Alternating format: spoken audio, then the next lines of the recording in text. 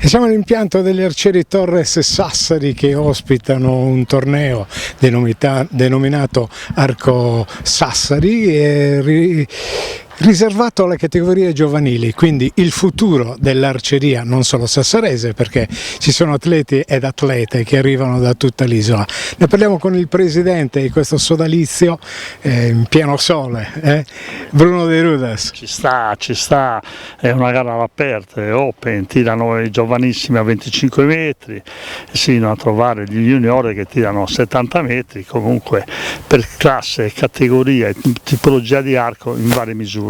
E diciamo che questa è una gara dedicata ai giovani dai 9 ai 20 anni, la classe giovanile. Noi in Sardegna abbiamo una classe giovanile abbastanza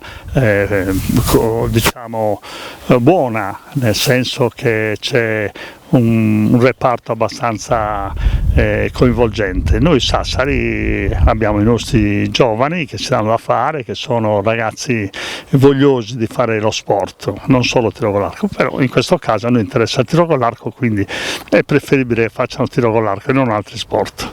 È una società, la vostra, che non si ferma, praticamente non esistono stagioni dedicate, perché tutto l'anno siete in giro non solo per la Sardegna ma anche per il continente con i vostri atleti. Bruno, c'è qualche prospetto davvero interessante? Perché sempre meglio lo dica il presidente, noi sappiamo che c'è grande attenzione in riferimento a alcuni atleti ed atlete.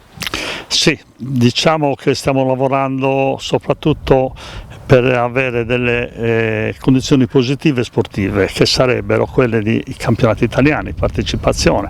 Da poco siamo rientrati alla Coppa delle Regioni, dove hanno fatto gli ottimi risultati, dove i ragazzi soprattutto hanno migliorato sui punteggi, è una cosa positiva. Ci si lavora ancora, perché è chiaro, un attrezzo utilizzato da un ragazzino e deve familiarizzare e condividere tra struttura fisica e attrezzo. È una cosa molto importante, non è facile e ho dei ragazzi che si impegnano e danno soddisfazioni per tutto.